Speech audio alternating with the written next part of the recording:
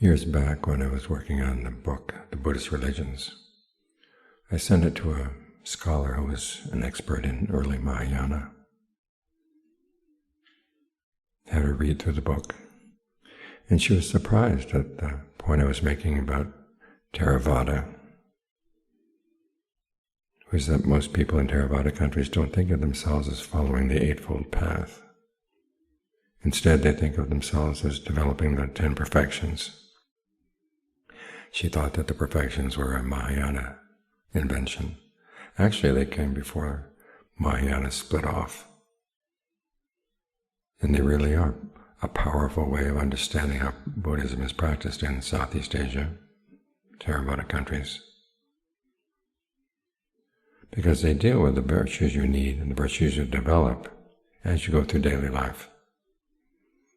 Some of them are related to meditation, like renunciation, which doesn't mean just giving up pleasures. It means giving up sensuality, your fascination with sensual thoughts, and finding a pleasure in concentration instead. Others have to do with more dealing with other people. As the Buddha said, when you're dealing with other people, you have to develop equanimity, you have to develop goodwill, kindness, endurance.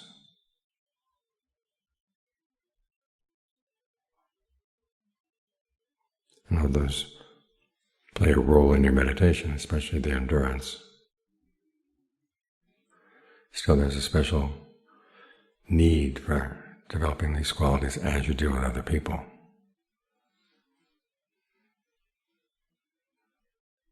So as you think of bringing the practice of the Dhamma into your daily life, or bringing your daily life into the practice of the Dhamma, think of the perfections as the overarching set of Dhammas that you want to think about.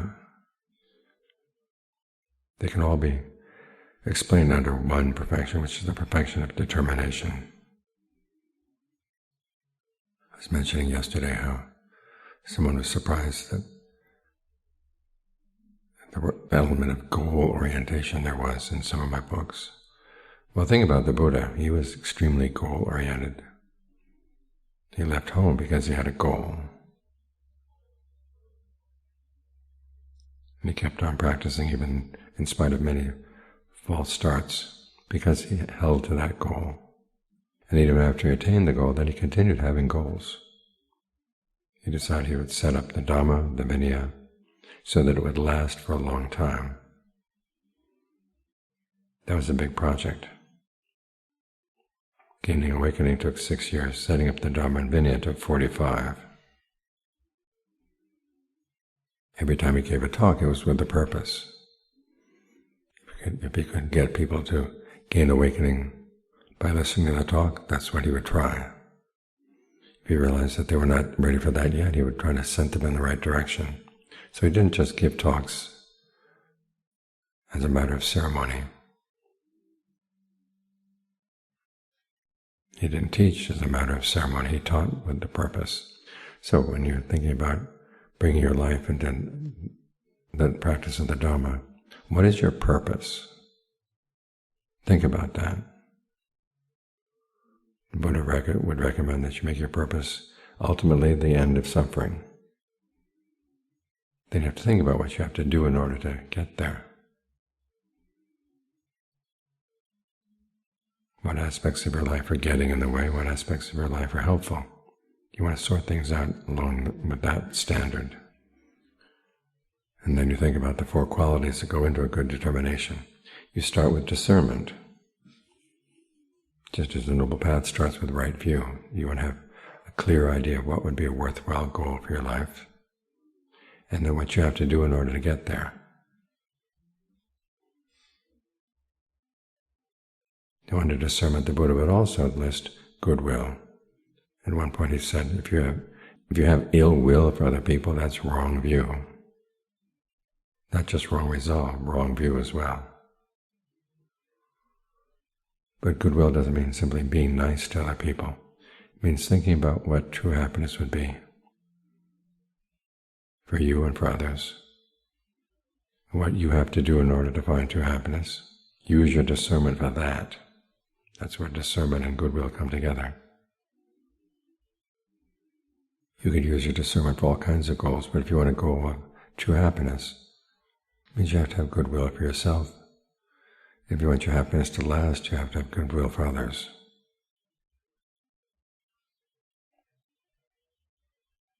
And realize that their happiness is going to come from their actions. So when there are times when someone is going to do something unskillful and you can actually prevent it, that's an aspect of goodwill.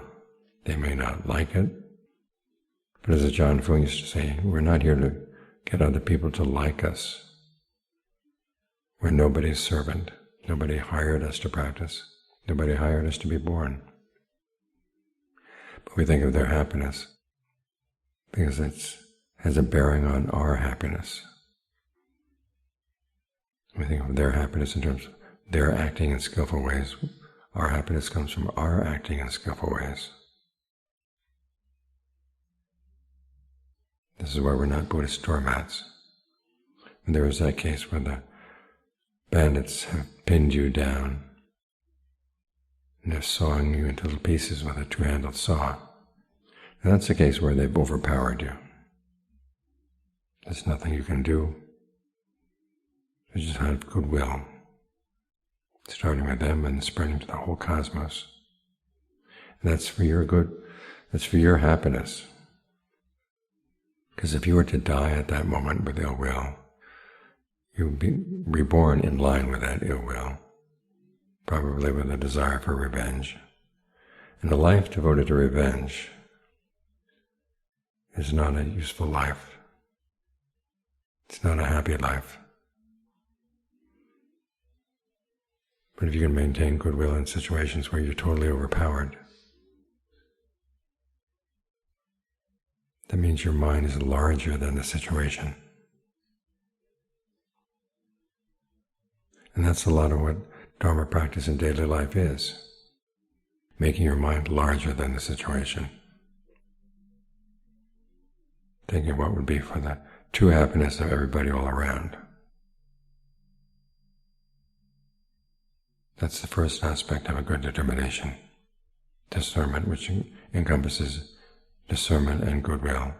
The second aspect is truth. Does it cover virtue,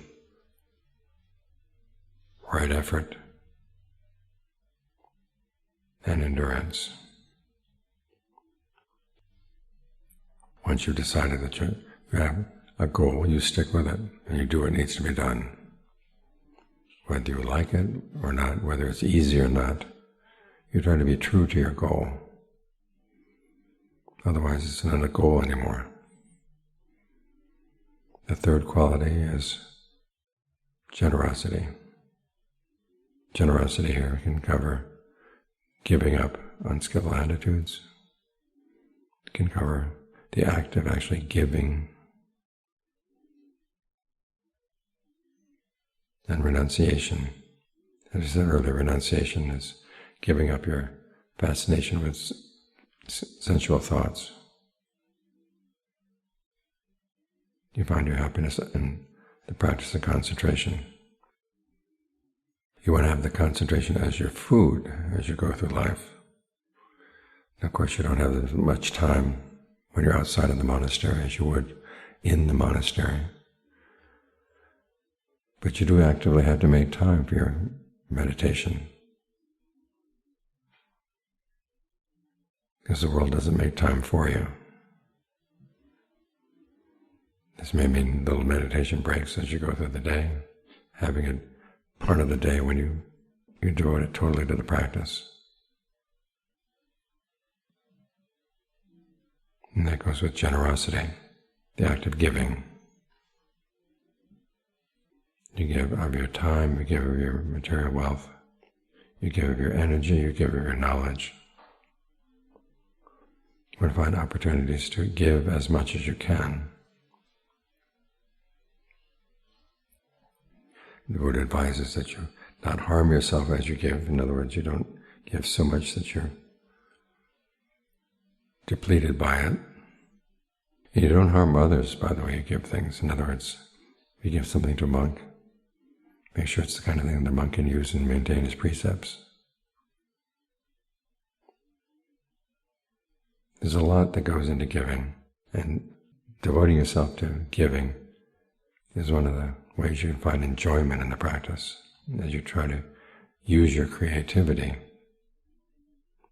in deciding what you have that you can give and how you can give it, what would be really appropriate for the person receiving it. That expands your mind.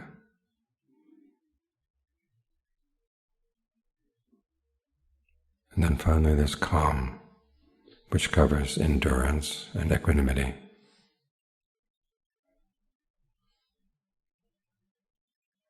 These two are related. They're not quite the same thing. Equanimity is an evenness of your attitude. Endurance is the ability to put up with things and not retaliate. There are a lot of things we have to endure in this life. You want to make sure you're not aiming at getting back at others for the things you have to endure.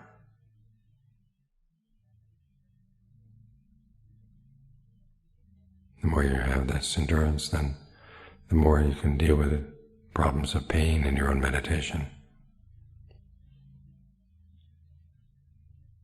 Have the attitude, okay, negative things are going to come up. It's a natural part of the world. But you don't have to wound yourself around them. In every case, all these perfections are a matter of making your mind larger than the situation. As you maintain a larger perspective, a sense of larger strength, as in the images the Buddha gives for goodwill.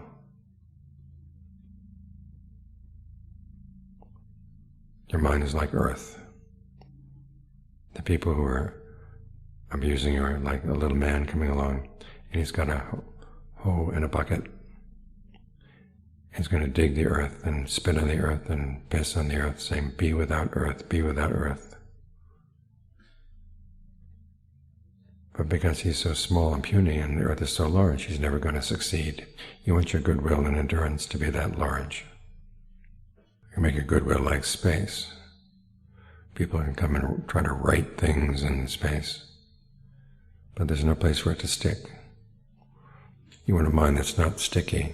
In other words, people are going to do unskillful things. They're going to say unskillful things. It's a natural part of the world. But you don't fasten on it.